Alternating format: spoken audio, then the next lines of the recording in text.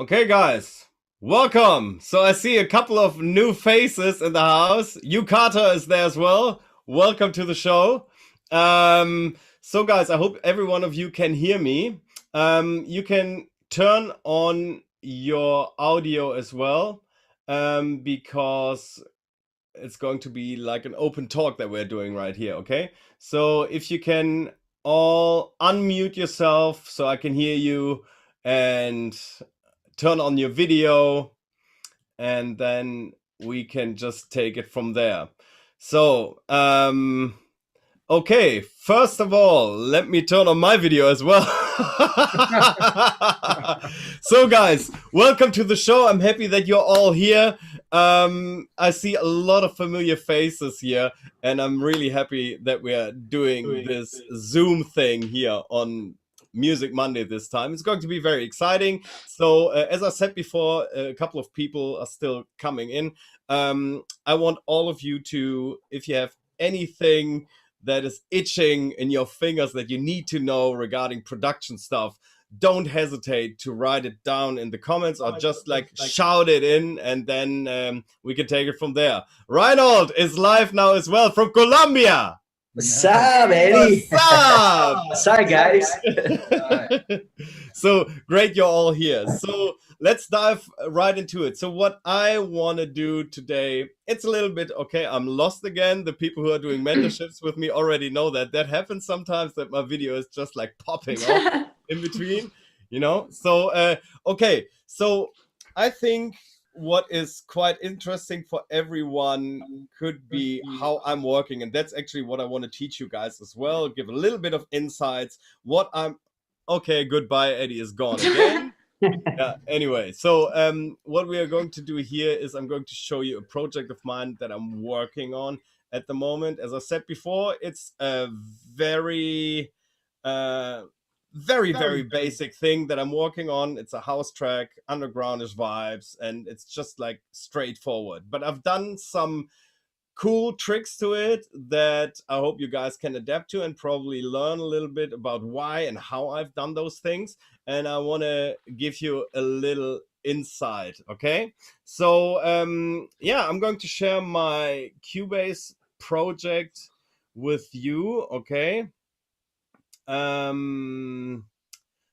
What I'm going to do, I'm just going to share my full screen here, so every one of you can see this. Yeah. Yep. Yeah. Okay. Okay, so what I've done, so this is like, I love coloring all my stuff. So everyone has his own way of arranging the tracks, the percussions and all that kind of stuff, and I like to color everything. So I've got my effects above, then I've got vocals, and I've got drums, drum groups. So as you can see, there are a couple of drum tracks in here. Then I've got some more instruments, some group synth, but this track is actually very bass oriented and just percussive and bass driven. So I've got several layers here that are doing the low end. Okay, so what I'm going to do, I'm going to play you a little something of what I'm doing, of what I've been doing, and I hope you can hear the audio quite well. Okay, here we go. Okay. Yeah. Can you all hear it? It's just like as you put. Give me a thumbs up if you can hear it. Okay? Not really. Not really. Oh, thumbs down. No, really, no. No, really, great. That's a good start. It's not the system audio. Yeah. It's like it has an extreme low cut. It has extreme low cut. That's weird. So you can see. Hold on. I'm going to switch this off real quick, and then I gotta check this out. It was supposed to work fluently. So you were not able to hear anything, yeah? I We guess could hear it, but it wasn't much. you Okay, know? let me check. Hold on. Ah, now it's coming. Is it good like Okay, this? no. Yeah? Yeah. Okay. But I think it sounds like if it was coming through your microphone, not really through Yeah. your system. Yeah. It the sounds system like it's audio, coming yeah. through my microphone. Well, this is a fantastic. Well, we're doing everything live, you know, guys. So that's how it is. Well, that's weird. I guess you have to Zoom output device to Cubase. Maybe you have to restart Cubase. No, And no, then no, there's- it's fine. I use loopback. So this Okay. okay, I use that worked out really well before. Let me just check something, please. So I'm going to turn my volume down, output up, and let's see. What about now? Sounds good. Is that working? I Yeah. think so. Yeah. I would say it's okay to demonstrate. It's not perfect. No, Yeah. I don't think it's perfect now.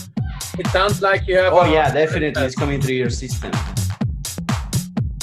So you can hear it properly now. No, yeah. Yeah. Okay, This works. here we go. This works good. Okay.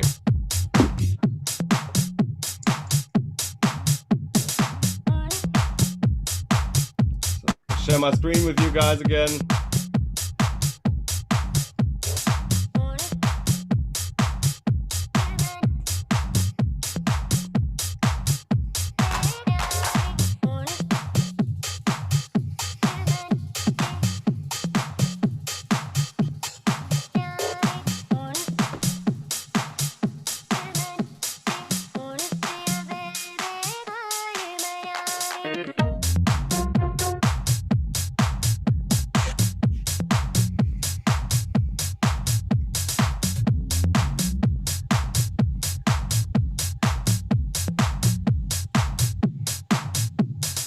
Maybe we should all just I don't know. get along with each other and put away our problems. Or whatever it is. We just need to forget about everything. About everything. About everything. Oops.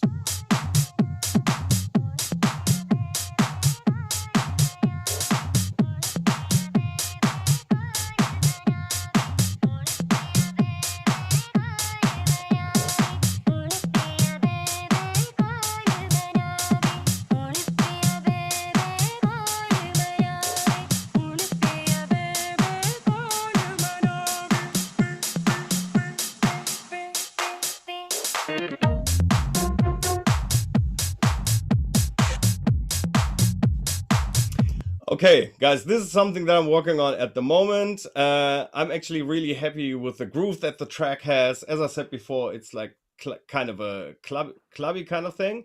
So, and I think you can already hear a couple of things that I've done to it, especially like the reverbs and all that stuff on the drums. And what I'm going to show you now, first of all, are the elements that I've worked with. So I've got this male vocal. Maybe we should all just get along with each other and put away our problems. Yeah, so, and it originally sounded something like this, Maybe we should all just you know? get along with each other and put away our problems. So what I wanted to have it like a telephone effect, and I want to format it down a little bit. And this is actually something that works out really well in the mix. And it gives a little bit of a dirty vibe to it, right? So, so the plugins that I'm using on this one, yeah, it's just like a classic Pro Q2 here. At that time, when I started the track, I didn't have Pro Q3. So, and there's actually a preset that's called Phone, and you can use it for that. And it makes a low cut and a high cut as well. Oh. It raises your upper mids a little bit, yeah. So that's what I've done there. And one of my most favorite toys, everyone who has been following me, Trash 2 is my go-to distortion tool. And there are tons of different approaches in terms of distortion, saturation, intensity and stuff. So this is actually a tool that you can use fantastically, and you can add 2 different layers of distortion to it as well, which not a lot of other plugins can do. All right, so I wanted to get it some grittiness, which of course distortion and saturation does, and yeah, that's what I've added here. And then I wanted to format it down a little bit, and to format things down I used the little altar boy from Soundtoys. Okay, so for the people who haven't used this before, you can actually do a lot of great formatting down, pitch down effects with it. Check this out. Maybe we should all just get along with each other and put away our problems. Or whatever it is, we just need to forget about everything. You know, so Everything. About everything.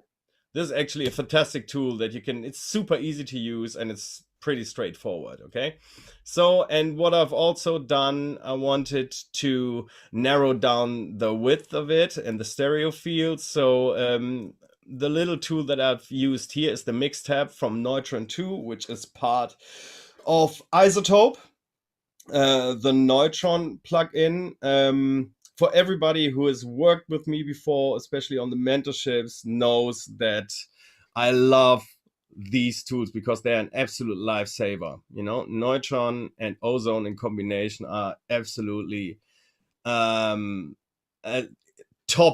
of the game, you know, and everybody, actually, that's something that happened the other day. This is something that everyone who's doing the mentorship with us will get like a 50% discount of all the 𝗏𝗏𝗃 plugins, which is, yeah, the stuff everyone who bought a couple of 𝗏𝗏𝗃 things knows that 𝗏𝗏𝗃 can be quite pricey on the high-end products that they have, and 50% makes a big difference sometimes.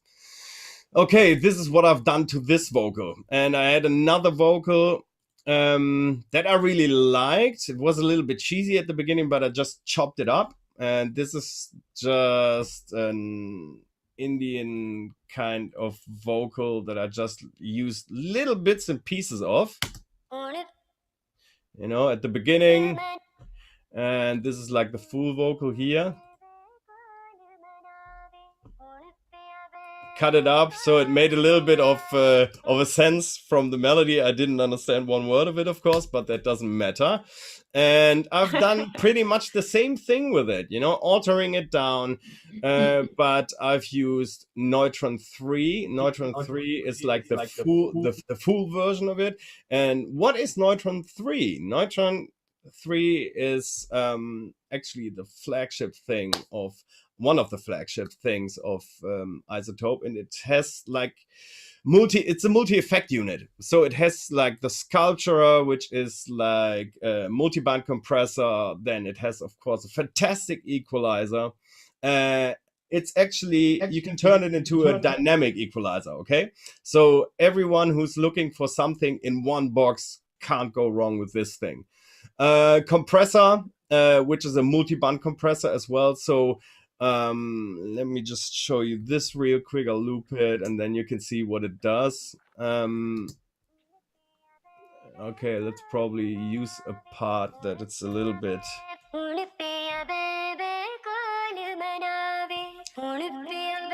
So you can see this, yeah? So what I can do is just, I can add another compressor at a certain level of frequency where I want it to, you know. So why could I do this?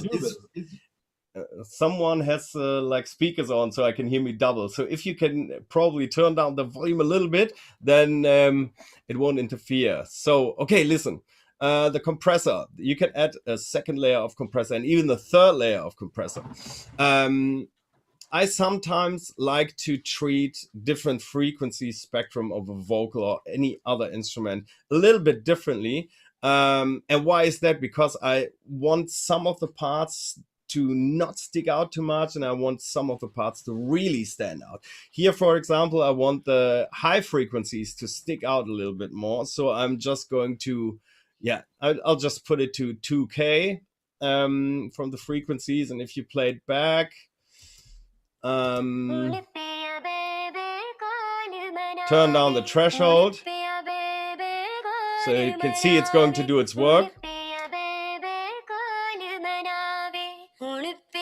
And you hear, as soon as I open up the makeup a little bit, it pushes up, it gives a little bit of fresh air to it, which is like just working, doing its thing, the compressor on the high frequencies, you know. So of course you can, everybody needs to try out where you want to treat and how fat you want to treat the compressor by attack and release and ratio, and that's totally up to you how you want to treat your vocal or any other instrument, how I said before.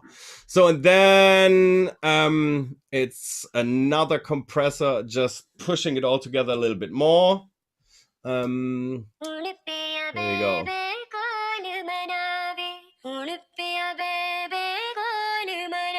So what the good thing is here, you can see what you're doing, which is, I think, something super exciting, you know, and that's what these guys have actually done to perfection. So with this tool, and then they also have this visual mixer, which I can show you in a little bit as well. So, and last but not least, a little exciter, which is like a soft kind of saturation.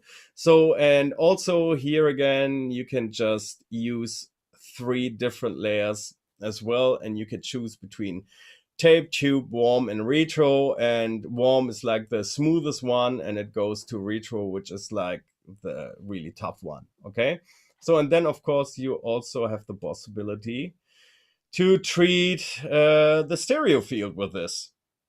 So you can see it's a lot of information already on just one track, yeah, but it makes a difference, you know. Okay, so this what I've done to the vocals, and what I've also like to do is give a little bit of ear candy to a track. You want, especially a house track like this, you want like dirty elements in there and stuff that's just like taking it off from the cleanness. Yeah, you all wanted to make it a little bit dirty, and I like to use like little background loops and little noises and stuff like that. And this is just like a background loop that I've looped a little bit and put it back into the project, and it sounds like this. So it's just very low from the frequencies you can hear. You know, this kind of stuff. But it makes a difference, you know. So let me just play it back and just try to focus on the little elements that I showed you before.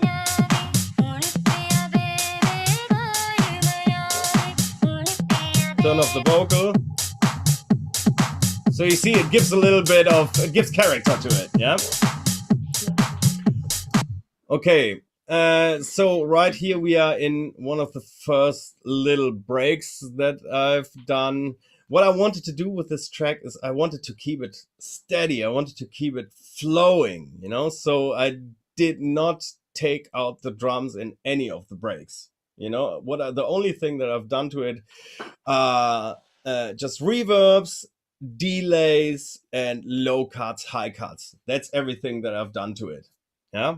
Okay, the kick, which is of course one of the most important parts, and this is just the kick. Oh no, this is not just the kick, this is the kick.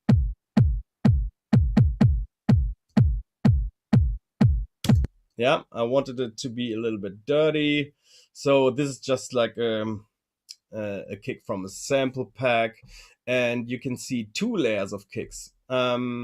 Why have I done that? Because I have just the main kick, and then I just made a copy of that track and just put a high pass filter on it. A high pass filter on it. Okay, and you can hear the difference here.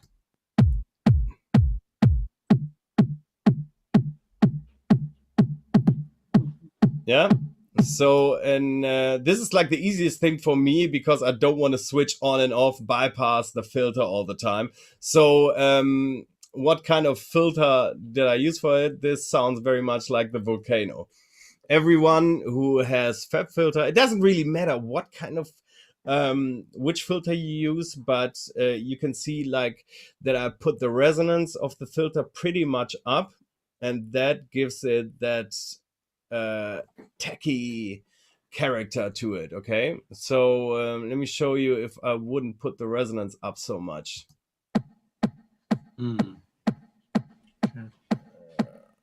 Okay, or you, yeah, so you hear the difference. Hold on.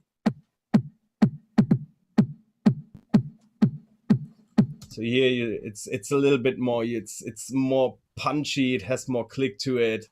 And that's what I like. That's why I like to choose the Volcano. And also if you want to do some like weird shit, then Volcano is your go-to filter, okay? Okay, let's go to the next one. Of course, I have like 909 and 808s in here as well. So as you can see, I have like several different layers of claps. I'm just going to this part real quick. Yeah, without any effects on it. So it's like straight in the middle of the thing.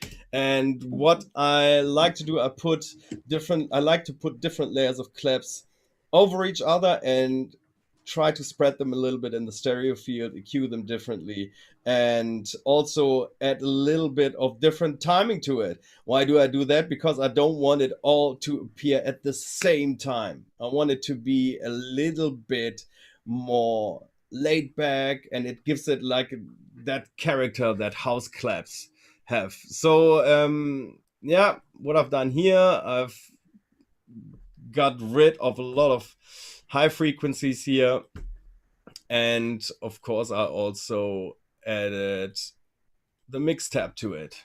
Yeah, put it completely to the left and right because it was very, very much in the center. Okay, let's listen to it again without any treatment. It's way smoother and warmer.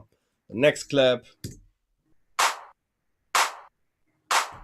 it's an 808 clap, which is, of course, as you can hear, there's a lot of distortion on it. Without and with EQ, it's just like a couple of frequencies that I got rid of. Okay, and yeah, and these sound like this together. You know, so you have something in the middle from the 808 clap, and then it sounds really like it's a little bit of a laid-back stereo vibe to it, which comes from the clap here. Okay, the next thing, you can see that I put a couple of things on here, which is like a normal 909 kit. Yeah, let me just, yeah, this is like the standard 909 kit. Yeah. But I mean, you can do so many great things with a 909 kit by processing it right. So what I've done to it, of course, EQing. Listen to the hi-hat. Yeah. So I've done this, cut off low end. And one tool that I recommend to everyone who has it is this one. It's the Mark. This is a wonderful little piece of art where you can add like air and the really, really top frequencies that nearly no EQ can really catch. So it's like goes up to 40,000 hertz. Let me just play it back without. Can I? Yeah, go. Go. Use the Acoustica from Luca Bertolesi up to 50K. Ha. Well, congratulations. No, not for real, but like this is like my Bertolesi. I was using. I ended up with the just like because it's a bit more like I don't know what he did in this plugin thing, but yeah, because I used the Mark a lot of like in a lot of mixes. And yeah, now I'm using the 𝗏𝗏𝗃𝗏 one, even on the master. Just Okay. just Yeah, a well, little tip. yeah, there are millions of plugins that you could probably use, and there's also one from Slate Digital, which is called Fresh Air. It just they gave it out for free, and that's a fantastic tool to use as well. It's just actually for giving some nice some harshness to the heads. Okay, so what I'm going to do, I'm just going to show you what this baby does. Okay.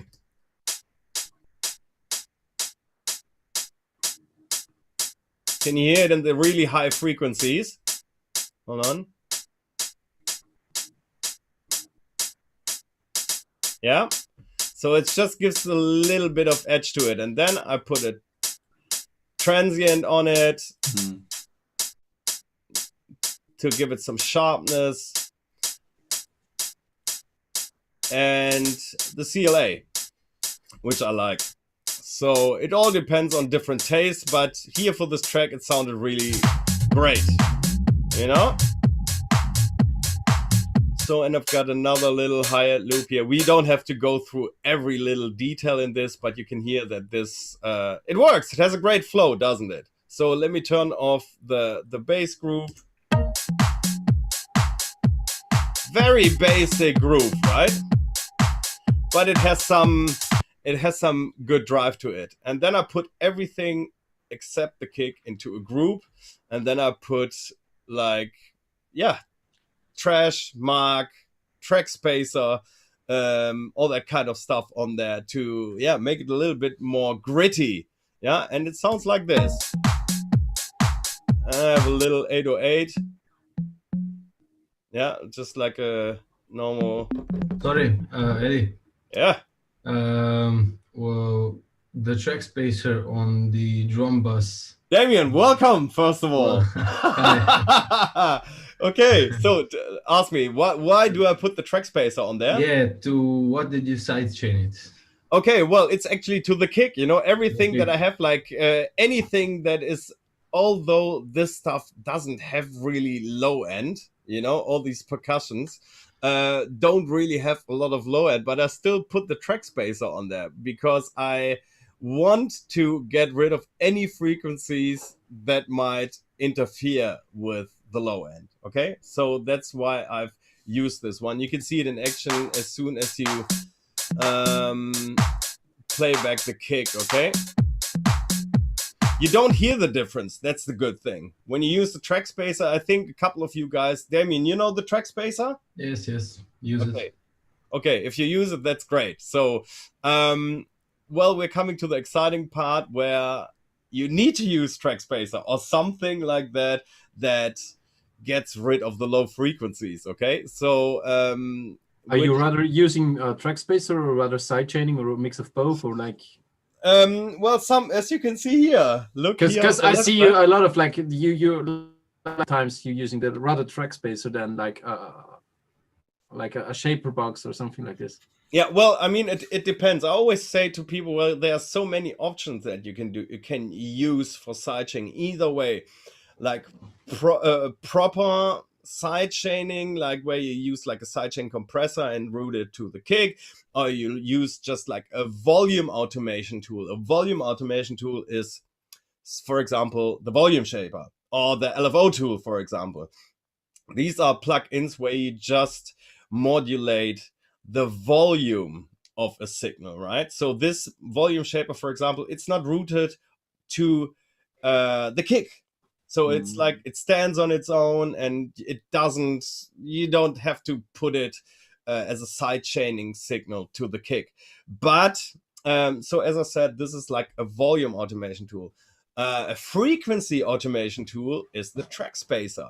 I think that's the cool thing where you can just you can use both. I love if you don't want to hear the result, or if you don't want to hear a proper sidechaining, that track spacer is the way to go, because track spacer is very smooth and it just eliminates the interfering frequencies of the signals. You know, the signal that you're routing the track spacer to. and that's actually here kick and bass. Everyone who's working in dance or in urban music or something like that, always everyone knows that is like an absolute key, getting the bass and the kick and everything, the low end in balance, right? So I mean, who of you had problems with low end mixing so far? In well, I mean, I still do, you know, you as well, Everybody. right? So yeah, so this is actually something, I mean, I've been doing it for 26 years now, and I'm still learning, you know, all the time. Every day I'm sitting in the studio, I learn new stuff. So and I think it's just cool if you have the chance to watch tutorials and all that kind of stuff. It gives you new insight, but other perspectives, and that's what it's about, right? So you've probably seen a couple of things that you haven't thought about already, that you could try out in your next productions, right? So one very Eddie? interesting, yeah. So one question. Yes, Danny boy. How can you make sure that the kick sounds perfect? I mean, I'm working on a lot of stuff in that progressive house genre. Yeah. I think the best kick I ever heard is from Sick Individuals. You know, these guys are making tracks. They are insane. They have a great sound, and they have a really impact on your soul with the kick and with the sounds.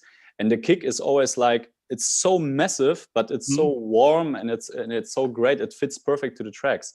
And I'm using a lot of stuff trying to get these sounds, but it's always like feeling, is it the right one? I mean, sure, the key should fit for sure, but in the end, I mean, it's always like, I'm not sure, is the kick right? Does it fit perfect to the track? Is there any possibility to see or to hear that it makes sense to use a special kind of kick? Is this a question anyone wants to jump on? Yeah, sure. Okay, go ahead. So what is your opinion? Oh, I mean, as an answer. Yeah, of course. Okay. Of course. Philip, do you have an idea? If you should stick to the same kick through and through that to get the signature sound, or kind of like that was right, or am I mistaken? No. Well, I think the question that Danny asked is, how do you know if the kick that you're using is the right kick? And I have a short answer for that. Right. Yeah. Okay. I have a short answer for that. Okay, go. So what I will do, Danny, just steal the kick from them. Sure. Yes, and there are actually great tools for how you can do that. But I'm not going to answer these. So I have to say, RX you know all these tutorials from 7, 8, 9, 10, from Dubvision, from Seth Hills, from Dennis Koyu. Yeah. There are also these sample packs, and these guys are using the samples in the tutorial, and I'm using it at home, and it feels like shit, you know. So, and I mean, you know, Dennis Koyu, he's a mastermind in production, and when he's maybe speaking of those tutorials, what I really took off Dennis's tutorial, and since then it appears to all my sounds are much more sticking together. I did not use it before. I used this clipping trick. Like when I start to produce something, I clip it, and I really like. I always normalize my kick drum. So since I'm doing that, I have like more or less the same results, because I really think it needs to hit the right peak into a compressor. So if you're going very quiet into a compressor and turn down the threshold and then turn up the output gain, you have a different result than like going really heavy into the compressor, but only compressing it 1 dB. And this is kind of how it works for me now. So I'm using the Shadow Hills compressor and the Eventide clipper. And since then, I'm really having a punchy, loud, fat, I don't know what sound. Dennis's opened my eyes very much in this regard, like in the kick-bass relationship. And also the proving of like resampling it and seeing the actual waveform. Maybe that helps. I don't know.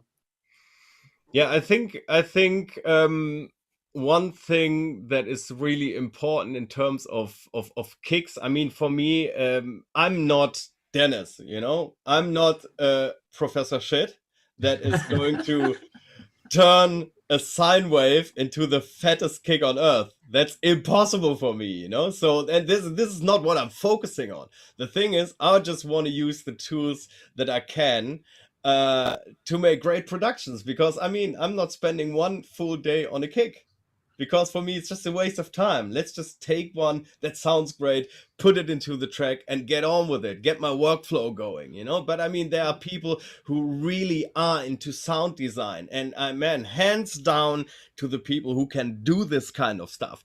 But hands down, it's not me. maybe like at least from my experience, because if you can look at my side, I've bought in the last 2 years a lot of like hardware and analog synths, and at the first place when I plugged it in, I was really disappointed, because it sounded like, yeah, you press the button and like it does not sound cool out of the box, you know? Yeah, like, of course. unlike a Nexus or something. But what I learned, crank the volume up, crank it up as go always almost into the red, and because 𝗂𝗏𝗃𝗄𝗢 did it, and on ADE like 3 years ago, they brought some old tools and old drum machines, and they just cranked the thing up, and it was like boom, boom, boom, boom, and they raved, and it was the 𝗂𝗏𝗃𝗄𝗢𝗓 sound. So you have to bring voltage into your laptop or into your sound card, and then it kind of works. At least for me, it does. I don't know. Okay, well, this is actually something where I say crank the volume up means something like, that's actually something that people done when they came up with the saturation kind of thing, you know, because it it has a little bit of that saturation overdrive kind of thing. That's why it's called overdrive, for example. And that's something that has been found quite early. I think it must have been 40, 50 years ago. Somebody told me that story, how that actually worked, you know. So they by accident recorded something too harsh, a little bit too loud, and then they realized, wow, this is actually giving a nice drive to it, you know. It gives it some freshness to it. Everybody who's been working with me knows the story of fresh toast, right? So it's like buying a package of toast. When you unpack it, it's white, it's smooth, and it's fresh, and it smells great.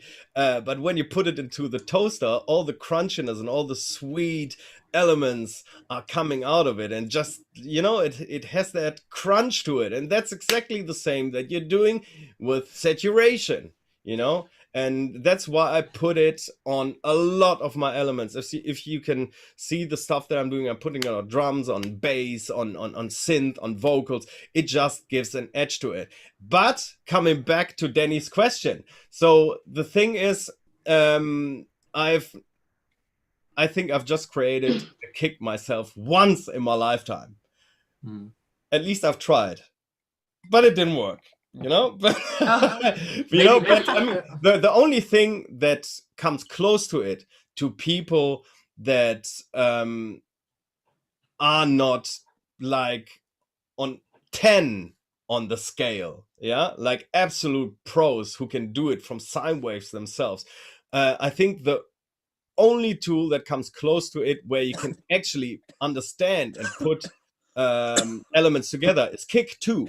You know, that is the only thing where you can actually import your own clicks, work with the low end, where you can really start to form and get an idea of what a kick can do and should do, and how you can adapt it to your track. And that's actually the only tool where I could say, you want a fast and easy result and understand it without knowing the absolute details of a kick, get Kick 2. That's the thing.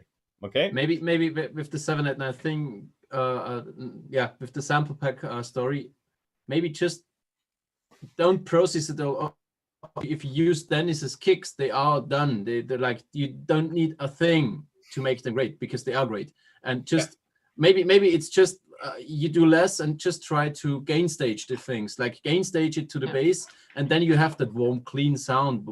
If you're aiming for that like revealed kind of feel, I don't know. But it's sometimes is the easiest way to like make the kick the most prominent thing, and then go from there.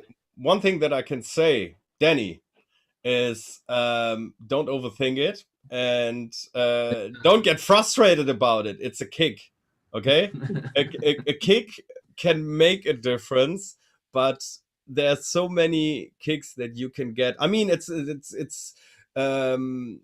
yeah, your head will explode otherwise if you focus on too many details. You know, it gets you distracted, because I know your stuff, and I've known you over the last couple of years, month a little bit, and I think the key that it's all about is just like get the vibe rolling, and as soon get it all out there, get the guide, get the roadmap of the track out there, and then you can still go and change stuff if you don't like some elements of it, you know. So, and honestly, as I said before, I've never done a kick myself in my life except once, and that was a disgrace, you know. So that was actually on Solar, the track that I've done on Xtone. So, and that's why I got Dennis on board as well, because I couldn't figure it out. And, you know, and there's no shame about it, asking people for help, right? So that's why I love collaborating, you know, because there's always someone who can add something, bring something to the table that you probably don't know, and other way around, you know. So there's always something where you can evolve and get something good out of it, you know. So let's get back to the track, because this is something cool that just happened by accident, which is like a bass line, but the bass line, I haven't played it, so it's actually a percussion loop. Okay, so it was just like a Congo loop. I'm just going to play it back real quick how it sounds. So it's just like this.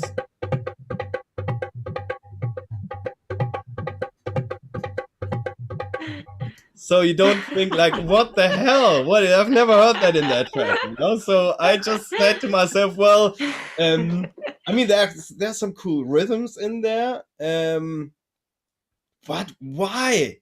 Why have you put that into the track? Well, I just stumbled over that thing and just played it bang. And I said, well, this had a cool groove to it, but I don't want any like tribalish elements in there. So what I've done, first of all, this thing is quite stereo. You have some frequencies, because it's like several players in that loop. So I have some on the left, some on the right, and I want it all in the middle, or mostly in the middle. So yeah, as you can see, I put it completely mono. And then it sounded like this. But you hear the low end in there. It has like. Yeah, sorry, this thing we're using, Zoom, it doesn't have a stereo image. Everything is in mono. So I know. That's why I use this wonderful thing called loopback. It works better though, you know, so so you can hear actually a difference, but it doesn't matter now, because it's about the basics while I'm doing this thing. Okay, so next thing that I've done to it is here, of course, classic EQing. I have no idea what I've done to it here, but let's hear the difference. Okay, so I wanted that low end to come out a little bit more. And then what I've done is just added it to the key I wanted it in, because it has some sort of. So it's actually one semitone down to match the kick. Next thing I've done. That's where the fun starts, okay? This is actually about filtering and resonance, okay? So, and this Volcano, it has just 2 filters in there, and now check this out, how it sounds with the filter. You hear the difference, right? Yeah? How does this thing work with the second filter? I see that.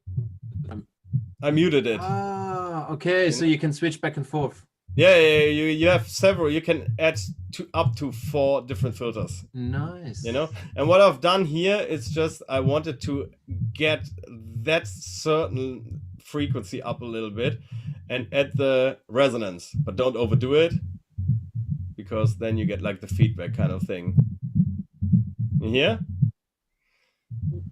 So I just wanted it like this. And of course, it has a little bit too much movement in there. So I put the... You hear it? So now listen to it together with the kick.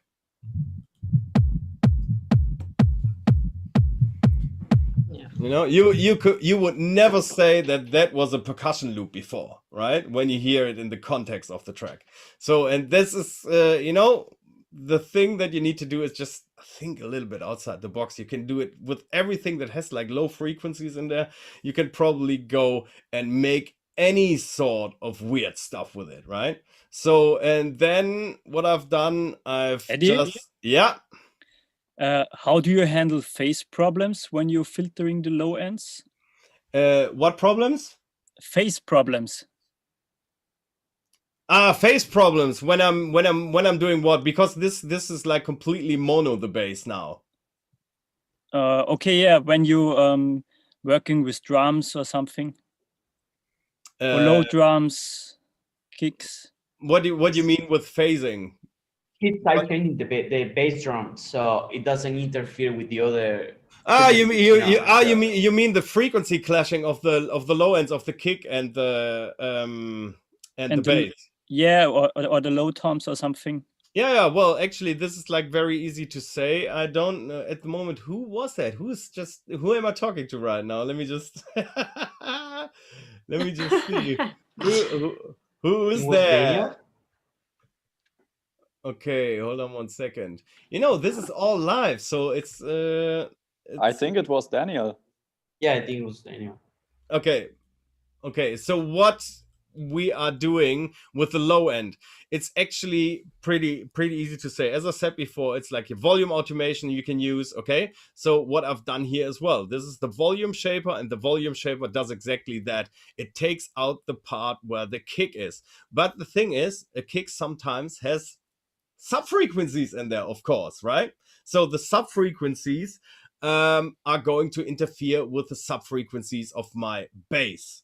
So what you need to do is you need to make sure where the sub-frequencies are. And the only way, because this is not rooted to the kick, as I said before, is by really using a sidechain compressor or something that's actually working the elements. And that's why I'm using this track spacer on there. Okay. Does everyone know what track spacer does? As I said it explained before. Yeah. If you don't know, hands up, please, and then I'll explain it again real quick. So it seems like everybody knows how it works. Okay. I'm just going to explain this thing really easy and quick. So you have like a high cut filter that you can use, and that's something that I'm doing right here. So here you can see the hertz where you want the process to begin with the kick signal, because the bass is rooted to the kick. Yeah. So what it does, as soon as the kick hits, the frequencies are below 200 hertz are going to be processed. So they are going to be pushed back. So listen to this. So now you can see that is the kick frequency, and this is like where it's going to do its action. So, and the more I put the amount up, the more it's going to be erased. You know, and the great thing is you can't hear it properly, right? So you can't really tell, okay, is there a sidechain running or is there no sidechain running? And that's the great thing about track spacer and frequency elimination, you know? And that's why I love to use track spacer on these kind of elements. So this plugin is on the group bass? Yeah. So, and the kick is also in the group bass, or? No. Yeah, okay. No. So the kick's always on its own. Yeah, okay. Yeah, so that's then it's going to be a mess otherwise. So the track spacer is only working on the best channels. Genau, yeah, exactly. Genau. Genau. Yeah, okay, so this is actually what I'm doing. So what I've done, what I always do is like routing my basses to one group. So, and that's what I can recommend you guys to do as well. If you work with groups, it's very easy to put effects on one certain group of elements, right? So like I used to do like a percussion group, which I've done up here with distortion and as well a little bit of track spacing, and this way you can treat them all together. Yeah. And the same with synths, the same with bass. And with the bass, as you can see, I have like several other things that I've done with the bass. So what else did I play here? So it's actually this, yeah?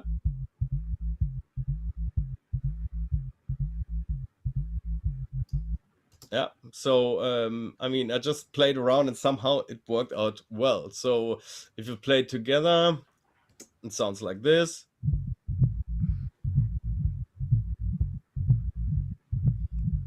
And the cool thing that I've done, I've routed actually this bass subby thing. I've track spaced it to the perk main bass loop. So every time a frequency from that loop comes in, that bass is going to be pushed away. You know, so this is some professor shit, Eddie. This is professor shit. Right? No, why am I doing this? Because of course these frequencies are going to interfere with each other because they are like overlapping frequencies, right? So and that's why I put actually track spacer on a sub bass and routed it to another sub bass, you know, and then you get like a homogeneous element out of it, you know. And then I also have another little layer of bass in here that just plays the beginning, and it sounds like. Hey Eddie, quick question. Yeah, go. So with track spacer, do you route that to? Are you routing it to the from the kick to the different bass? No, other way around. So you're routing the bass to the kick. You're routing for track spacer. Exactly. You're routing it from. You put it on that element that you want to be pushed away. Okay. Okay. So you either way put it on the single ones if you don't group them, but I group them and I just put it on the group bass, for example. Yeah. So this way you put it on here and sidechain it, route it via ascent to the kick. Eddie, can you show the scent settings? Okay, well, it depends on what program you're using. Are there Cubase users in here? Logic. Logic. Well, I mean, no, Cubase. Well, I mean, I started with Cubase and I stuck to it. Well, you can tell that I'm already a little bit older. So I work with Logic. In Logic is in the it's the top right part. Yeah, it's like right. Yeah. Yeah, you have like the input thing. Yeah. Then you. I don't know in Logic if you have to put on the sidechain knob, but I think you do as well. And here you can see it's a sidechain knob in Cubase, and when you've pushed that one, it's available in your sense. And if I go to the kick, here you see it in your send channels, right? Mm-hmm. So if you can just open this and you see it here, yeah. This is the one. And I click on it, turn it on, and then you can just modulate it how hard you want the signal to sidechain the bass. Does that answer your question? Yes. I have next question. Okay, go. Me too. So you only set the track spacer or some sidechain tools only on buses or also on individual channels? Well, also on individual channels, as you can see here. Okay, so this is actually what I just said, that I've routed a sub bass to another sub bass. You can actually, what I can really recommend you, for example, if you have a track that has instruments, basses, all that kind of stuff in there, and you have a vocal as well. Yeah.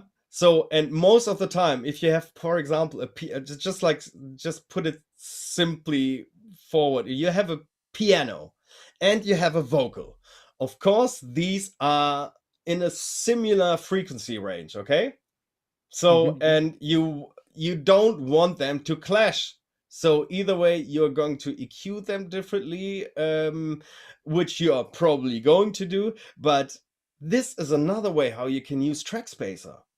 Put the track spacer on the piano and route it to the vocal. And every time the vocal sings, the piano is going to be ducked down a little bit from the frequencies. And that way, that element is going to stick through. And that's the same with bass and kick. You want the kick to punch through, because the kick in dance is the thing that does the magic, right? So that's what you need to do as well. And you can do that with everything. It's track spacer or any kind of sidechain element. It's not just for kick and bass. You can use it on everything that might be interfering frequency wise. Yeah, Eddie. Yeah. Have you ever tried to put the kick and the bass on the same bus? Yeah, but that doesn't really make a difference for me. That makes no sense for me, because when you put them on this, you mean in a group or in what? a group, yeah. Yeah. Well, that for me doesn't really make sense, because the kick and the bass, you always want to treat them a little bit differently. You don't want them to get the same treatment, right? So I mean, you can probably do it, but it depends what you want to do with it. If you want, for example, make a low cut filter on both at the same time, or you want volume automation at the same time. The thing is, if you put it on a bus and you treat the bus, all the effects that you put on the bus are going to affect all the elements in the bus. Yeah, I personally found out that you can get something extra when you process the kick and the bass together. So okay, yeah, well, that's a good thought. Individually, it has some of the sounds differentiate in a way. Yeah. Of course, but when I compress, when I overdrive, it has this. Okay, well, that could work. Yeah, that's a good thought. That's actually a good thought, and it might be. I'll try that next time and see how that works. I actually saw that in an external academy. Oh, that's good. So you see, you never learn it. You never stop learning, right? Yeah, you never stop learning. Yeah. So Eddie, yeah. I have a quick question. Oliver here. Hey. Oliver. Yes. Could you just play for me one more time, what you have going on in the sub frequencies with the track spacer? Okay. Just the complete bass, you mean? Yeah, I just want to know like how you came up with this, because it is professor shit to me, with all this I would have never come up with this idea. So, yeah, me neither.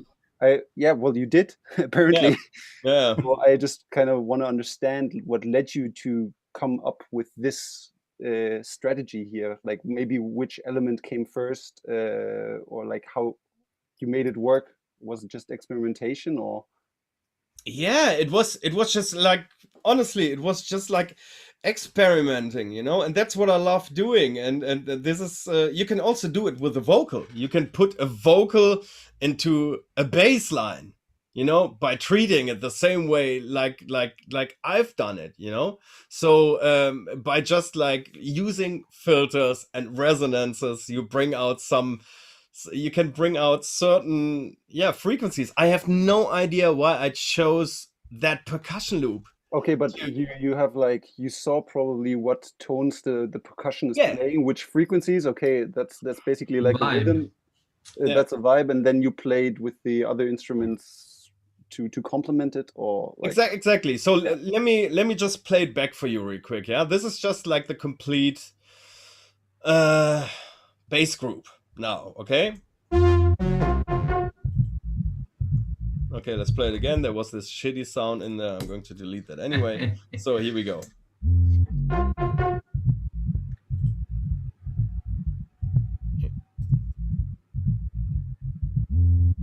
That's some wild stuff, man.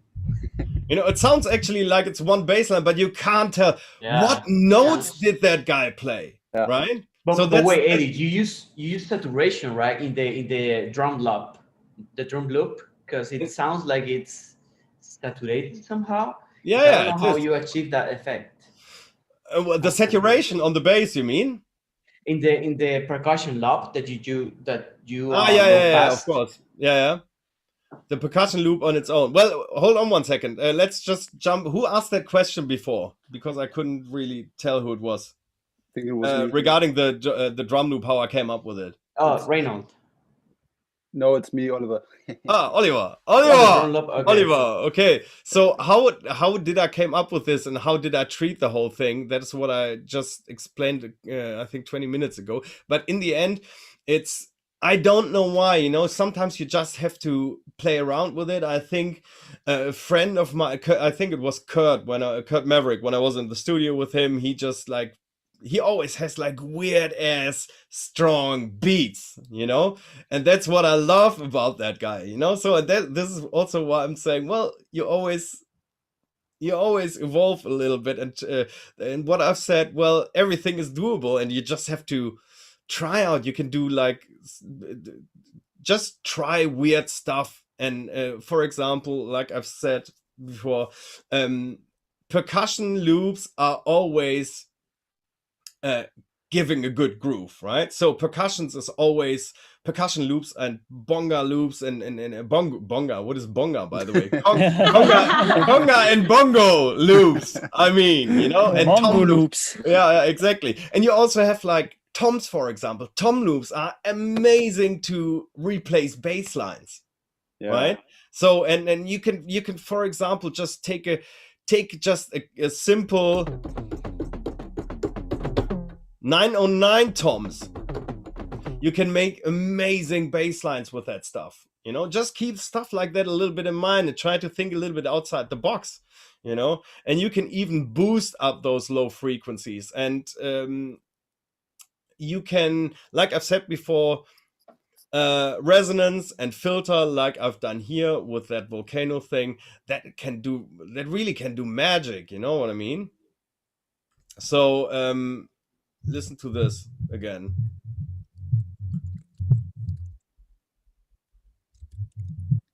And this is,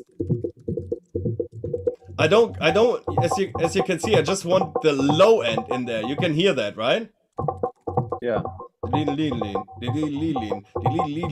And on my speakers, which go like down to 20 hertz, this is actually something that I've heard. I said, wow, this, I want that. I want just that. I want the focus on that. And then just, I wanted to get it out there. And then I just used the filter with high resonance, and then it ended up with that bassline sound. And then what you can even do is, if you put like slight saturation on there, it gives even more grittiness to it. And I actually didn't use any saturation on there. But Reinhold, what you've said, what you've asked regarding it sounds like slightly distorted, but that's just like the resonance that I've giving the drive to it, So, and that's how it all worked out and came into. Yeah. And one last thing. Earlier, you used the sound shifter to get it in key. Okay. Yeah. Yeah. All right. Okay. Thanks, Eddie. Yeah, no problem. So, and together with the kick and with all these effects on there.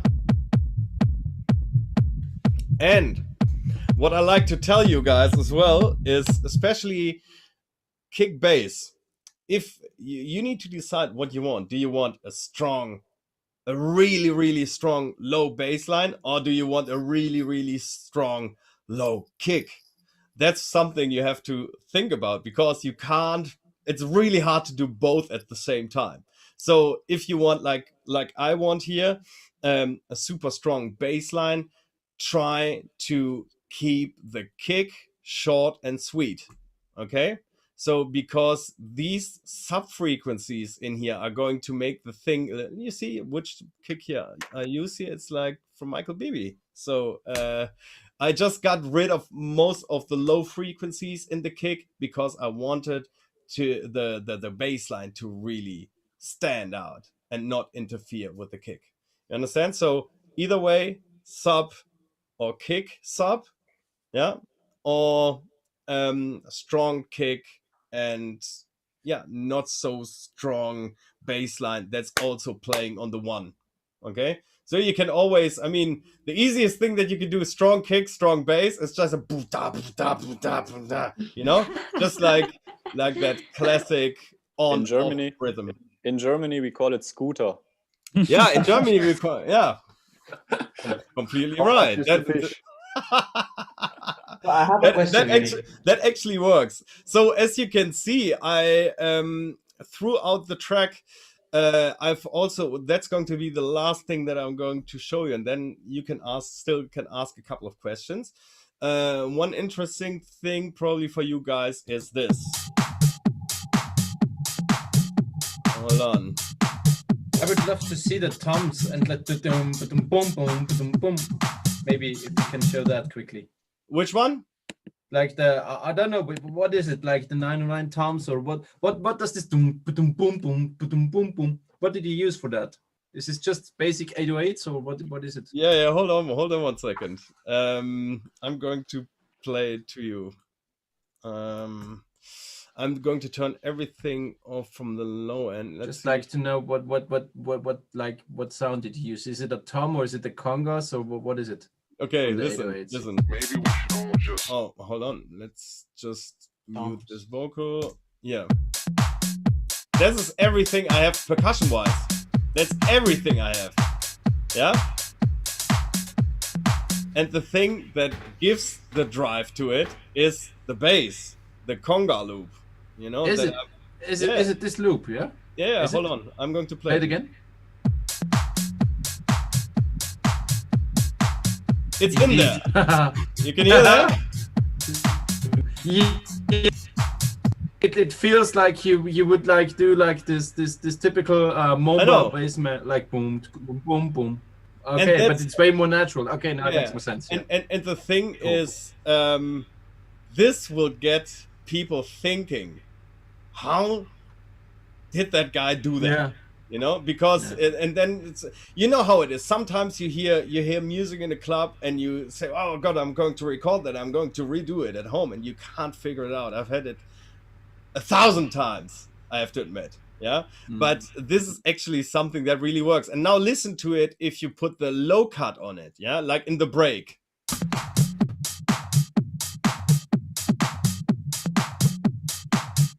Still sounds great, doesn't it?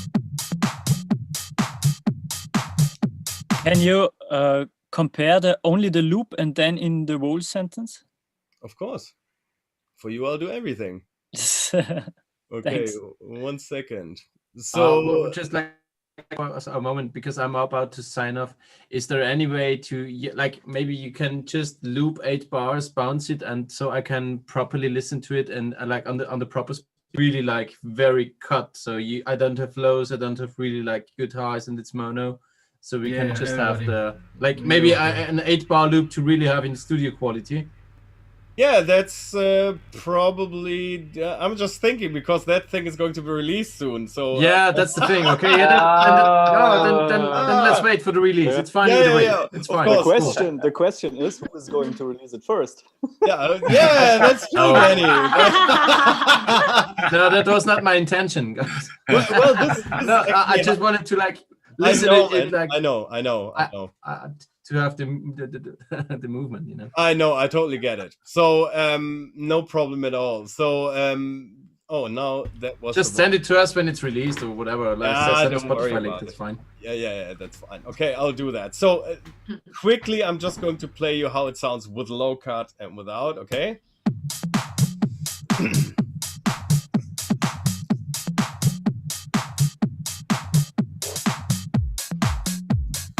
Okay, that worked out really, really well. It did not, but hold on 1 second. So let's do it like this quicker. Yeah.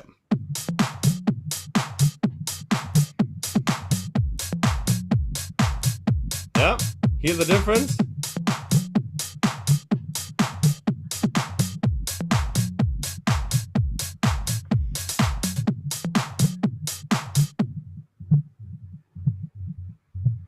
So this is simply just, as you can see here, just a simplon. This is the thing that I'm using just for low cut. you know, and then I've bypassed it. And that's actually what always works. Sometimes if you have a great groove and you just like low cut stuff and put it back in, make high cuts, make low cuts and stuff like that in house always works. And what always works is as well, I wanted to do things a little bit differently here. I wanted to make a build up without actually using big swashes, white noises and stuff like that. And I said, yeah, well, how can you achieve that? Do you guys have an idea how to get like a cool climax road? Reverb delay. Exactly. Filter. The smile plugin from Dada. The smile plugin from Dada Live. I mean, that stuff kind of works, you know. So I'm sorry to interrupt. I'm just signing off. Thank you so Okay. much for the insight. See you Well, next no week. worries, no Bye. worries. Philip, take care. Hey, peace. Bye-bye. Bye-bye. Bye. Okay, so one last thing that's going to be quite interesting and important for you guys. You want like, and that's a lot of problems you guys are facing. I'm having this great break and then I'm going into the build up and stuff and then I go into the drop and it just like sounds like shit because there's no punch in there, right? So who has that feeling before? Well, I had like a million times. So and how can you solve that? Well, somehow you have to, towards the end of the break, thin out the whole package of sounds. Just thin it out by making slightly low cut filters and volume it down so you can just like go in full force again with the kick. So what I've done with you can see that here. So I've used several elements in order to give like reverbs, delays, and frequency changes to the drums, because I want the drums to really bounce as soon as the kick hits in, okay? So what I've done is you can see here that I've got the Echo Boy that I've used as what the name says, as an echo, and then the Valhalla Vintage Verb, one of my most favorite plugins. It's an absolute beautiful reverb, and then of course a filter, a low cut filter. So why is that? Because you want that punch on the one. So listen to this is the filter, this is the mix of the reverb, this is the decay of the reverb, right? So you want to get a climax going. So what you need to do is like the more you go into the mix of the verb, you mix it in even more towards the end of the break and go up with the decay as well. So, and how does it sound like this?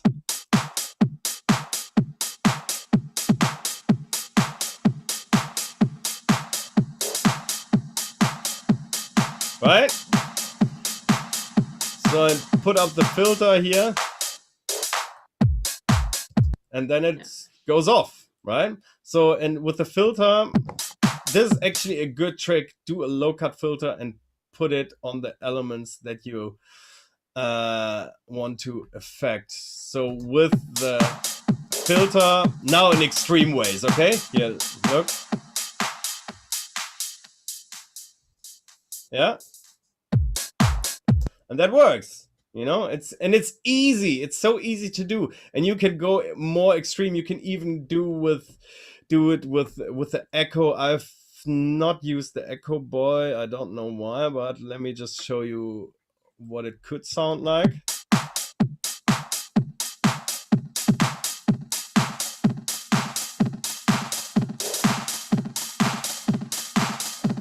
And you can use the feedback as well here.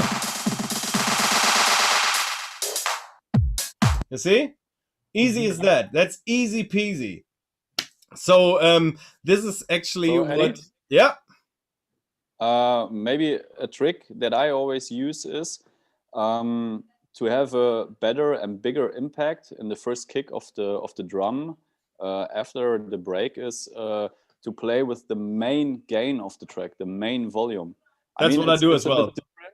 Yeah, it's a bit difficult because after the mixdown and the mastering, I mean, you know, those mastering guys, they say, oh, the track is a bit tiny, we have to turn up the volume, but then the trick is away. So to work with the main volume, and it depends only on 1 or 1.5 dB, but it has a big impact on the first kick for the drop. Well said. Who knew about that? Who has been doing that before?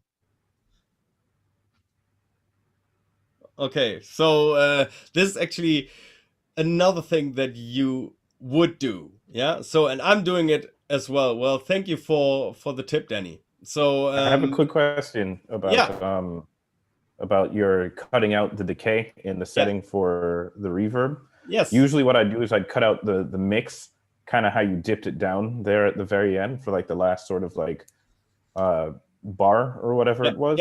Yeah. But I see that instead you kept the mix kind of up, but you cut the decay. I was kind of wondering like what was the thought process in that choice? Well, I mean, for me, it was because I still had vocals in there. You know, I didn't want them to cut out. You know, which of course you can see here. This is like my master chain, yeah. And I also have this. I normally also use the filter here, like you said. You can do the same thing that I've just done to the drums. You can do it on the master bus, which I do all the time as well. But I've not specifically used it here. I just, you know, wanted probably to do things a little bit differently. So, but what I didn't want to be affected by these effects that I've been using were the vocals and the background noise and all that stuff. I just wanted the beats to really get that effect that I've done to it, right? So, and of course, I mean, this kind of stuff, there are different ways to do it. All that kind of stuff that Danny said and that you said was like with volume automation, what Danny said was this, yeah, just like I'm just overdoing it, yeah. So towards the end of the drop, go down with the volume slightly. And what you can also do is go up with the low pass, with the high pass filter. So it eliminates the low end. Yeah, that's a very important thing that you can that you should do in order to get that punch on. I have another trick on that. Oh, well, then go, Ronald. So I learned this like a couple months ago. You can also automate the stereo field. So while you are in the build up, you make it thinner and thinner, you know, more to making it more mono. And then at the time of the drop, you put it back in total stereo, and it's like a wall of sound. Yeah, that works as well. Especially, I do that, for example, with vocals. Working with vocals is another different level, I can tell you. So working with vocals is an absolute nightmare. It was for me until 1-2 years ago. Now I'm actually capable of treating vocals the way I really want to treat them. And I do that with vocals right now. So in the verses, I keep them quite neat, quite with not too much effect, right? And as soon as the chorus part comes in, boom, open it up, you know, put like all the vocals in there, put a little bit of more reverb in there, and it makes an impact as well. You know? Those are like little tricks that you don't really hear. Of course, like they make a huge difference. Yes. Like, yeah. Wow. Mm-hmm. Yeah, exactly, 100%. And you see, there's so many ways how you can, make things work. You know, build climaxes, little add-ons and stuff. This is just like minor. This is just like the little bit of tweaks that you can do. This is like very simple stuff, and just think about that. Where do you want the impact to happen? In order to get the impact right there, you need to make sure that the energy is going away before the impact is coming, right? So not like completely going away, but get rid of a little bit of those punchy frequencies that you want to impact in the drop, right? So yeah, guys, so you see it's already 9:20. We are already on the run for 1.5 hours, but I think all of you guys got a little bit of an insight of what I've done here. This is a track that I've worked on.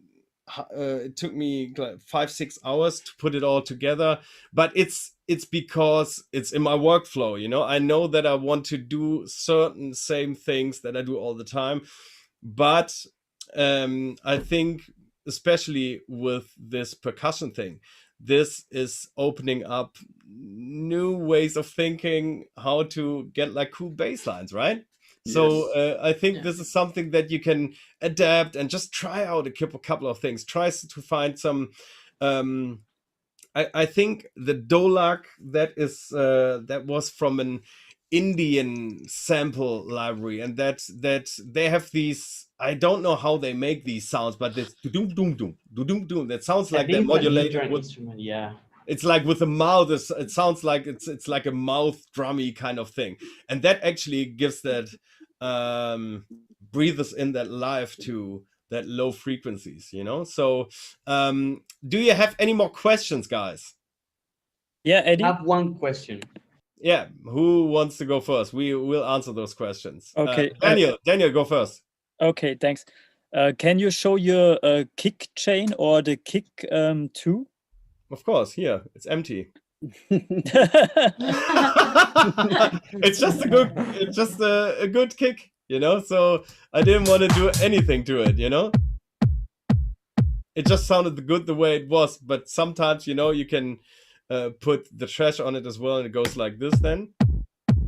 But then it's always, of course, a little bit overdoing the thing, you know. But it's a little bit too much drive on it. But it gives a little bit of dirt to it, you know.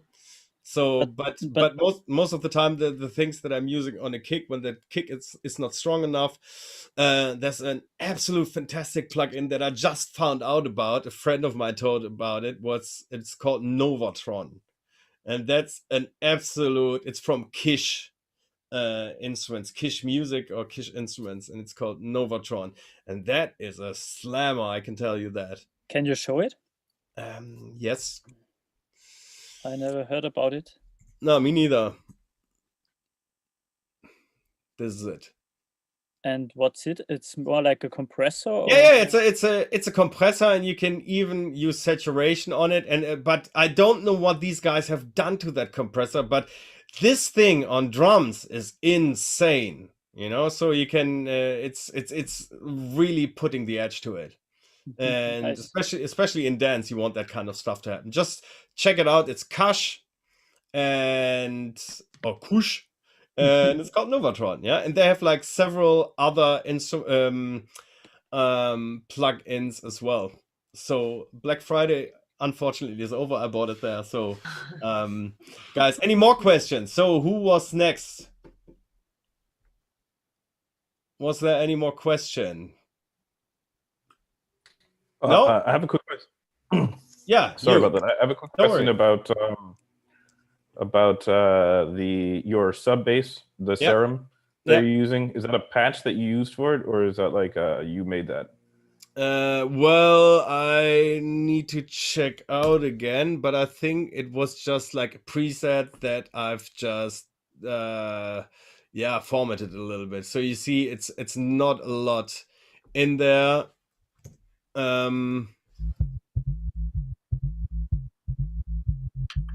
You know, so the only thing that I've done to it is distortion and add a little bit of compression to it. Nah, come on, play.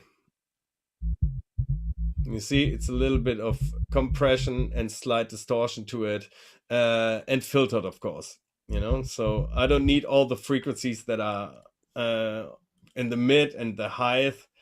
And that's it, you know. So you can mostly probably work with just a basic sine wave or a square or something like that, put like a noise on top of it, filter it down, compress it, put saturation on there, and then you can get some beefy stuff in there, you know. And also what I like doing, especially in this dance stuff, you want it moving.